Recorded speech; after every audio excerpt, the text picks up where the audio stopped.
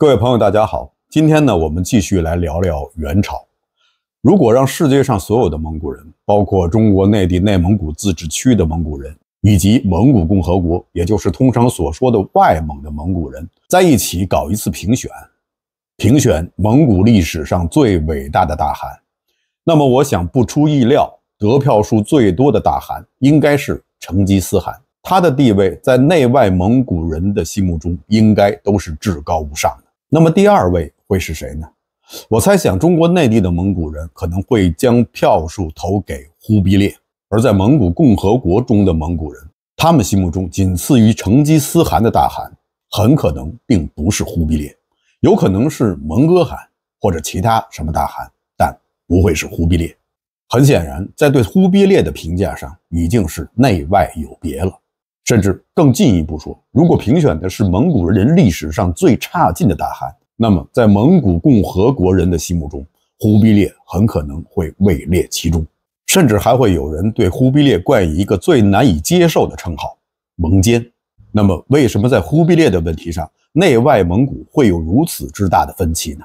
其实内外蒙古的分歧还不止如此，在关于蒙古的很多的历史问题上，内外蒙古之间都存在着巨大的分歧，甚至可谓是泾渭分明。那么到底是什么原因造成了这样的局面呢？今天呢，我们就来聊聊这个有趣的话题。蒙古共和国的人之所以如此诟病忽必烈，是有几个原因的。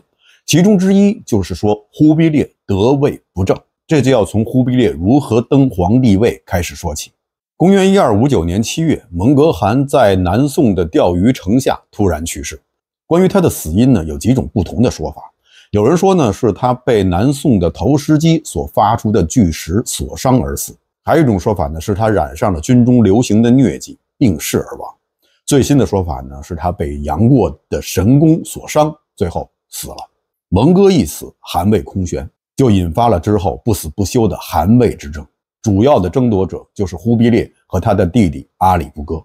忽必烈知道自己哥哥死讯的时候，并没有马上率兵北返，他当时正在攻打南宋，想立一个天大的功劳，为自己将来争夺汗位加重筹码。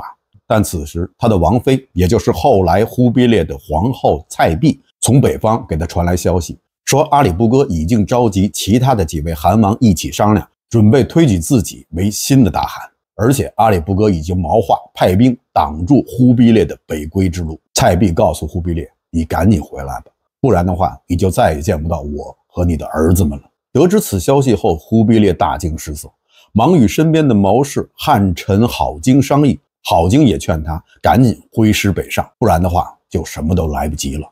于是忽必烈才下定决心，马上与宋军言和，拔营北归。几个月以后，也就是第二年的4月份，忽必烈就在开元城召开了一次忽理台大会，在会上被推举成了大蒙古国的皇帝，就是大蒙古国的大汗。消息传到漠北，1个月以后，阿里不哥也急不可耐地召开了忽理台大会，在会上也同样被推举成了蒙古大汗。一时间，蒙古帝国就有了2位大汗。那么这2位大汗谁更具有继位的合法性呢？总的来说，应该是阿里不哥更胜一筹。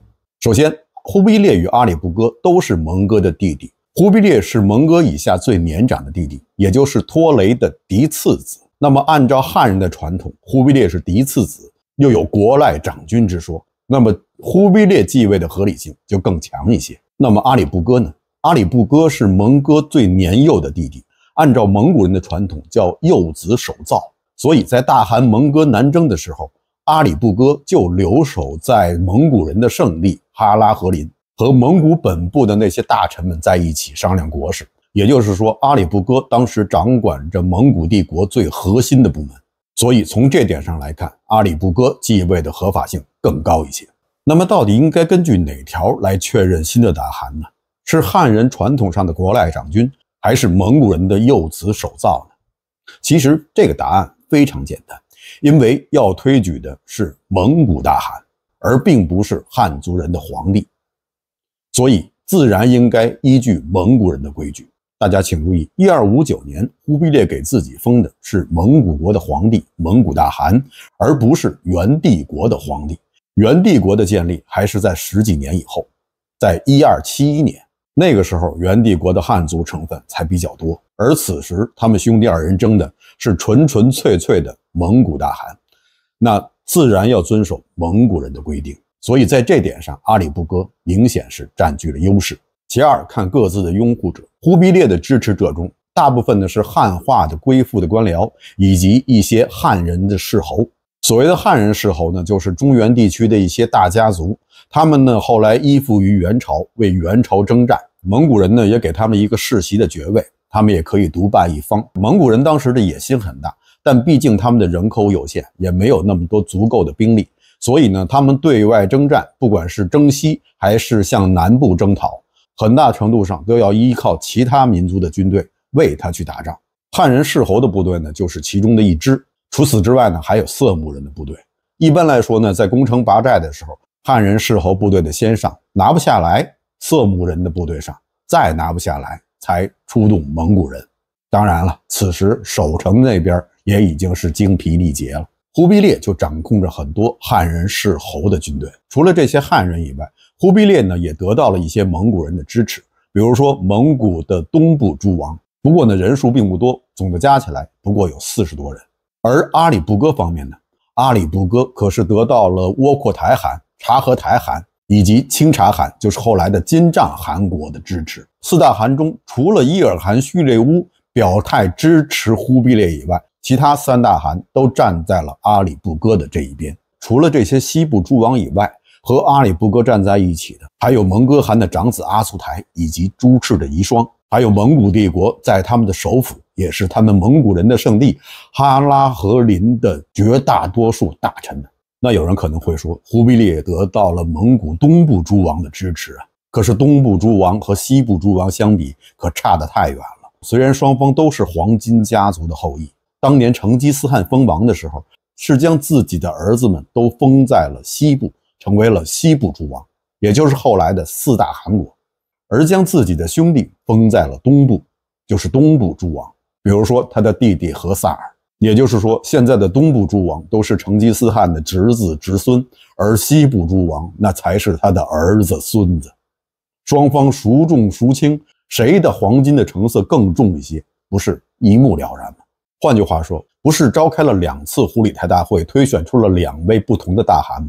那么假设如果将所有参加忽理台大会的这些贵族们都集合在一起，只召开1次忽理台大会的话，那么大家可以设想一下，谁会被推举成最终的新的大汗呢？肯定是阿里不哥。忽必烈在蒙古西部诸王缺席的情况下，擅自自封为蒙古大汗，这种做法置西部诸王于何地？这也就是为什么在忽必烈击败了阿里不哥，最终坐稳大汗之位以后，蒙古帝国随即分裂的原因。所以说呀，如果真的走法定程序，按照蒙古人的规矩来办的话，登上汗位的绝对不会是忽必烈。这是一方面，还有另外一方面，咱们再做一个假设，如果蒙哥在临死之前有机会立下遗嘱，那么他会让谁继承他的位置呢？让自己的幼弟阿里不哥为自己镇守大本营，这很可能就是一个暗示将来大汗之位的归属。再有就是蒙哥和阿里不哥的执政思路基本上是一致的，他们都属于蒙古的保守主义者，坚持要以蒙古人为中心，不要更多的信任依赖汉人。而忽必烈呢，和他们2人都不一样，忽必烈更多的是依赖汉人。在这次称汗以后，忽必烈马上设立了中书省，中书省的平章政事就是汉人王门统，他还设立了实录安抚使，其中呢有很多都是汉人，包括忽必烈特别信任的史天泽、姚舒等等。而且啊，在继位诏书中，忽必烈也说道：50年来武功迭兴，文治多缺，祖术变通，正在今日。就是说他要多实行文治，那肯定要依赖更多的汉人。蒙哥对忽必烈任用汉人的事情早有不满，甚至有一次他还派出自己的官员专门去查他的弟弟忽必烈治下的那些官员们，结果呢找理由把忽必烈信任的好几十名大臣都抓起来杀了。为此啊，2个兄弟是差点翻脸。后来呢经人说和，兄弟2人呢在私底下见了一面，据说是2人是相互的掏心掏肝，把能掏的都掏出来了，弄了一地。最后呢终于是肝胆相照，算是一笑泯恩仇了。实际上是当时蒙哥的声望正隆，而忽必烈呢又羽翼未丰，所以忽必烈不敢造次。而蒙哥呢，在后来他确实有些事情需要忽必烈来帮忙。什么事情呢？说起来还真是一件大事，就是佛道之争。看过金庸先生小说《射雕英雄传》和《神雕侠侣》的朋友们一定会记得，在小说中曾经出现过几个重要的道家人物，比如说全真教的创始人王重阳以及他的7个徒弟，号称全真七子。而且小说中的人名跟历史上也是完全一致。在小说中，王重阳和全真七子都是抗金的义士，但实际上在历史中，王重阳本人就是一名金朝的官员，他并没有抗过金。而丘处机呢，也曾经帮助金朝的官府去劝说当时一支抗金的义军，让他们归降，所以说他也没有抗过金。这点呢，大家也不要求全责备，毕竟这些人都是生于金朝，长于金朝，在他们心目中，金朝就是他们心中的朝廷，为朝廷效力自然是义不容辞了。丘处机不光是不反金，他也不反元。蒙古崛起以后，成吉思汗很想见他，向他讨教长生之道。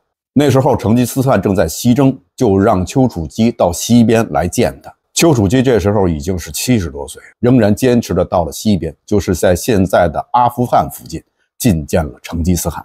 双方进行了亲切友好的交谈。成吉思汗问他有什么办法可以长生不老吗？丘处机说，这个真没有，但是您可以少吃点油腻的东西，健康饮食，而且火气不要太大，要做到心境平和。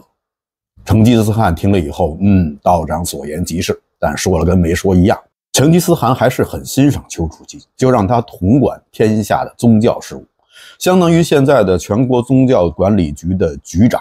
一时间，全真教以及道教声誉日隆，相比较而言，佛教就显得有些力衰了。很多佛教的庙宇也被丘处机改成了道观。一时间，佛道之间的矛盾日益的尖锐了起来。当时少林寺的长老福玉大师呢，就托人找到了阿里不哥，将道观欺负寺庙的事情向阿里不哥告状。阿里不哥就将这件事情呈报给了蒙哥汗。蒙哥汗说，既然他们双方各执一词，那么干脆就让他们辩论一次吧。所以当时就在蒙古的首府哈拉和林举行了一次佛道的辩论会。参加的人呢，有少林寺的福玉大师和全真教当时的掌门人丘处机的徒弟李志长，还有另外一些佛道的高层人士。这次辩论呢，虽然表面上看是佛教赢了，但是呢，实际效果并不好。因为这次辩论的举办地是在哈拉和林，距中土内地呢路途比较遥远，来的人不多，影响力也非常的有限。为此呢，蒙哥汗又决定要安排第2次佛道辩论会，由熟悉汉地事务的忽必烈来主持。佛教方面为这次辩论组织了最强的阵容。俗话说，外来的和尚好念经。这次参加辩论的佛教人士有藏传佛教的代表人物达摩国师，还有后来忽必烈的国师，蒙古文字的创造者八思巴。这种文字呢，又叫八思巴文，是元帝国的官方文字。但后来元帝国灭亡以后，北元曾经使用过一段时间，但最终还是被传统的蒙古文所取代。那时候的八思巴不过只有20岁，才华横溢，学识渊博。这次辩论的焦点之一就是一本书，一本奇书。这本书呢叫《老子画胡说》，是西晋时期道士王弗所著。说起来呢也很有意思，道士王弗是西晋时期天师教的祭酒，天师教又叫五斗米教，创始人张陵，张天师。王弗呢经常和一个叫伯远的僧人争论，到底是道厉害还是佛厉害，但每次辩论他都是大败而归。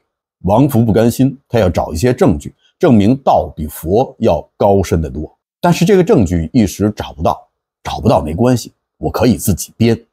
于是王弗就写了这本书《老子画胡说》，说的是老子西出函谷关以后，一直往西就进入了天竺国。当时天竺国的王后正在昼寝，老子随令尹喜乘白象化作黄雀，飞入了王后的口中。10个月以后，从王后的右肋下抛出了一名男孩，他就是后来的佛陀乔达摩悉达多。王弗呢就将这本书拿给伯远看，还对他说，你现在明白了吧？老子不光是老子，而且还是老子，你们的佛教也是被我们道家的先师老子点化而成的。这本书呢应该说毫无争议是本伪书，但是呢不管在当时还是在以后相当长的时间内，都是相当的流行，其原因就在于它迎合了某些人的心理需要。在当时很多人看来，华夏文化博大精深，而外来的文化都属于夷狄文化，佛教就是外来的，他们拜的是夷狄之神。那么如何让华夏之人接受夷狄之神呢？就要对夷狄之神进行一番同化，由此来证明夷狄的文化以及夷狄的宗教实际上都是出自于华夏文化。所以呢，这本书就可以用来解释夷狄之神与华夏之信之间的合理性问题。在这次辩论中，道家人士就拿出了这本书。这时候佛教方面的第二辩手八思巴就出来质问，说老子留下的根本经叫什么？道家人士说叫《道德经》。八思巴又问，那《道德经》以外，老子还写过其他的书吗？道家人士回答没有。八思巴又指着《史记》问，说《史记》中是否有画胡的记载？道士说也无。八思巴最后说，《史记》中既无，《道德经》中又无，此为伪妄名矣。最后的结果是以道家的再一次失败而告终。其实啊，在当时来说，道家的失败可以说是必然的。公元13世纪的时候，不管是基督教、伊斯兰教，还是非中国本土的佛教，都已经逐渐从以前的信仰时期过渡到了思辨时期。一条宗教理论要想得到众多人的相信的话，一定要通过逻辑的检验，一定要具有思辨能力和怀疑精神。而在中国的传统宗教呢，还处于你只要信就可以了，什么也不要问，你只要严格的遵守教条，而这些教条是否合理，是否经过了逻辑的验证，则并不重要。这实际上是一种强加给人的思想，而并不是人们经过自己的思辨以后心悦诚服的接受的。所以啊，这也就不奇怪，经过无数次思辨的佛教会轻松的击败中国本地的道教。忽必烈最后也宣布佛教获胜，并且宣布《画胡说》这本书是伪书，要求全面销毁。因为在辩论之前，双方有过一次对赌，谁要是输了，谁就改信对方的宗教。所以呢，代表道家的17名道士就被削发为僧，他们可能是当时世界上最不快乐的17名僧人。这件事情呢，实际上从另外一个侧面呢，也解释了一个我们经常问的问题，就是为什么元朝没有全面的汉化，没有像清朝那样将中原的文明奉为圭臬，全面接受了。大家知道，元朝在南征之前是先西征，在这过程中，他们已经接触了伊斯兰文化、基督教文化，还有非本土的佛教文化。所以，相对于清朝人来说，元朝人的眼界更宽一些。在元朝人看来，中原文化相较于其他文化可以说是各有所长。中国也并不是世界的中心，而是世界的一角。中原文化也有它的一些不足之处，比如说它在工程、数学、财务方面都存在着巨大的缺陷。蒙古人的宫廷里当时聚集了很多来自于全世界的优秀的学者，所以此时的蒙古人的眼界是世界性的。不得不说，蒙古人在宗教、科技方面，他们的思维是非常的开放的。而满清则不同，对于他们来说，中原的文化已经是高山仰止，他们只能是全面的效仿，不敢有什么非分之想。蒙古人发现了火药的好处，所以呢，他们就大力的研究开发。最后，蒙古人在火器方面丝毫不比欧洲人落后，而清朝人则不一样，他们也是发现了火器的好用，但是为了防止汉人掌握火器，他们就压制火器技术的开发，以期保持他们满族人的马上优势。这其中我们不难看出一种后来者的自卑心理。不好意思啊，有点扯远了。总的来说呢，蒙哥是一位蒙古本位主义者，在这点上他与阿里不哥是相同的。所以说呢，如果一切正常，不争不抢的话，那么大汗之位应该是落在阿里不哥的头上，忽必烈应该是没有份儿的。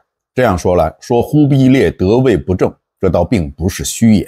不过话又说回来了，蒙古帝国的大汗之位，哪个不是争来抢来的？在当时蒙古那种混乱的继承制度下，抢来的汗位不是很正常吗？所以啊，我想即使是忽必烈听到有人说他得位不正，他可能也是一笑置之。那么怎么还会有人说忽必烈是蒙奸呢？说忽必烈是蒙奸，可能是基于以下方面的考虑。第一呢，是忽必烈比较重用汉人，特别是汉朝的文人，他身边重要的谋士都是汉人，他手下所倚靠的军队也是汉人斥候的部队。所以大家可以想象，当忽必烈率领着汉人斥候的部队攻进了哈拉和林，杀蒙古人的时候，那些蒙古人会怎么想？你忽必烈率领着汉人来杀我们自己人，而且还血洗我们这块神圣的地方，你忽必烈不是蒙奸，那谁还是蒙奸？更过分的是，忽必烈在血洗了哈拉和林以后，将以往的都城弃之不顾，在现代的北京另立新都。说到这儿，大家有没有想到，这位元成祖忽必烈与后世的某位君王非常的相像？这位君王也叫成祖，他就是明成祖朱棣。朱棣在做燕王的时候发动了靖难之变，他是率领当时的朵颜三部攻入了南京，他是率领蒙古人来杀汉人，而且跟忽必烈一样，也是在祸害完了南京以后迁都于北京。元成祖与明成祖这二位真是何其之相似，如果有人说他们是异父异母的亲兄弟，我想大家也不会觉得吃惊吧。忽必烈被人说成是蒙奸，还有一个非常重要的原因，就是事实上是在他继大汗位之后，蒙古帝国走向了分裂。这场忽必烈与阿里不哥的汗位争夺战总共持续了4年时间，4年的时间确实很长，这也是忽必烈所乐见的。因为当时忽必烈控制的是汉地，阿里不哥控制的是草原，汉地的经济条件为忽必烈的军队提供了充足的物质保证，而阿里不哥所在的草原物资匮乏，又面对着忽必烈的禁运禁商，很快他的后勤供应就出现了很大的问题。无奈之下，阿里不哥向自己的哥哥忽必烈投降。忽必烈并没有杀他，还设酒款待他。在酒席宴间，忽必烈问他说：“我们曾经是亲兄弟，现在为了汗位杀来杀去，导致了几万蒙古将士的死亡。你说说，我们俩到底是谁错了？”当时阿里不哥说道：“说最开始的时候是哥哥你错了，到后来是我错了。”言下之意是你忽必烈有错在先。忽必烈只是杀了阿里不哥身边的几名大臣，然后就将阿里不哥软禁了起来。大概在1年以后，阿里不哥就突然病逝，死因不明。有人说他是被撑死的，也有人说他是被毒死的。122年以后，也就是公元1388年，北元后主忽必烈的子孙托古斯铁木儿在捕鱼洱海被同族的人，一个叫也速迭尔的人杀害，北元正式灭亡。这个叫也速迭尔的就是阿里不哥的后裔。那么登上大汗之位以后的忽必烈，是不是就开始大力的推行汉化，回报他的那些从龙之臣呢？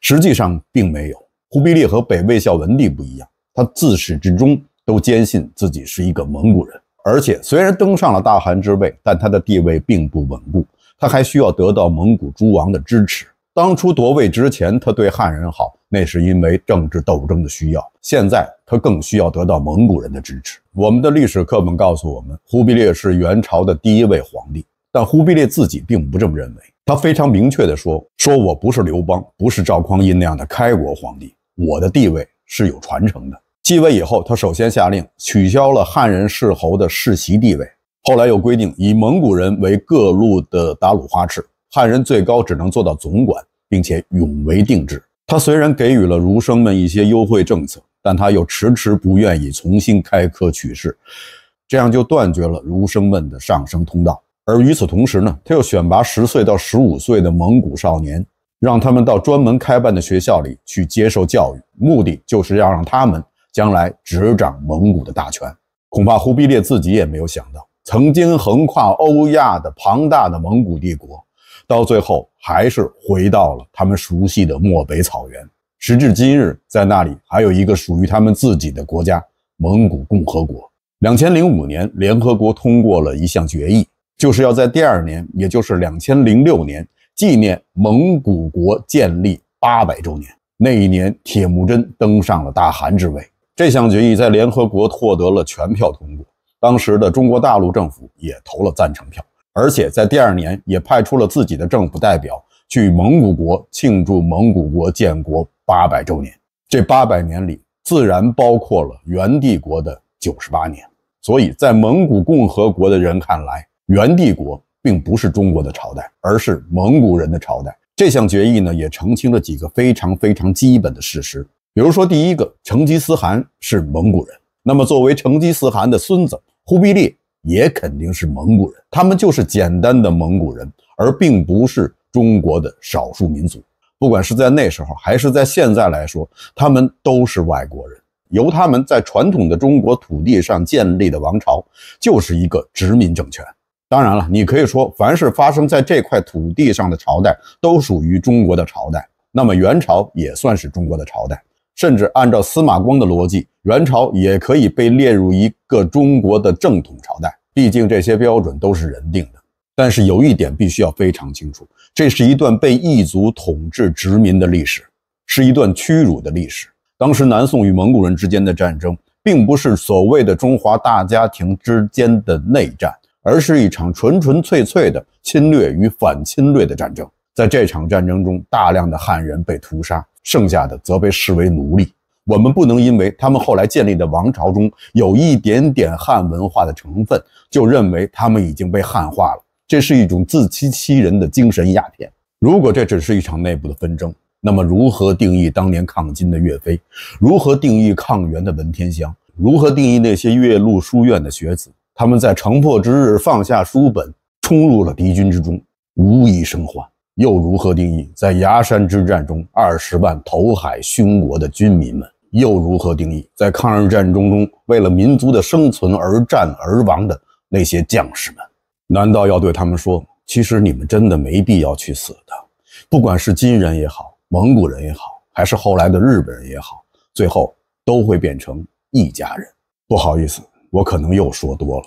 蒙古人，我指的是蒙古共和国的人，他们的历史书中是这样说的。首先是河套平原，蒙古人认为河套平原最早就是他们的，后来是被秦国人夺走，以后呢又在这里修建了长城。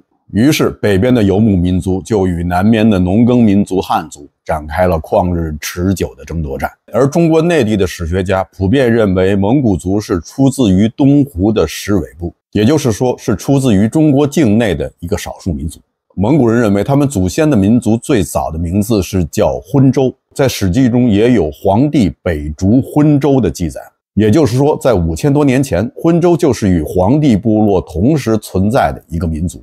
昏周后来发展成八狄，八狄之一就是匈奴，也就是蒙古人认为的他们的祖先。在蒙古语中，昏周、匈奴、乞颜都是一个意思，他们的词根都是一样的。至于元朝以后的历史，蒙古人认为他们是被后金人，就是满族人殖民统治了几百年，他们并不认同满蒙一家，认为那段历史是蒙古族被殖民的历史。1919年、1921年的时候，北洋政府曾经派军进入了蒙古，蒙古人承认这2年是他们被中国人殖民的2年，但很快他们在苏联的帮助下获得了他们的民族独立。他们并不认为17世纪末清朝的那段时间是被中国殖民的历史，他们认为殖民他们的并不是中国人，而是满清人。中国也同时是被满清人殖民，所以他们无法接受说他们的国家是属于汉人国家的一部分，认为不管是蒙古人还是中国人，当时都是被满清人所殖民。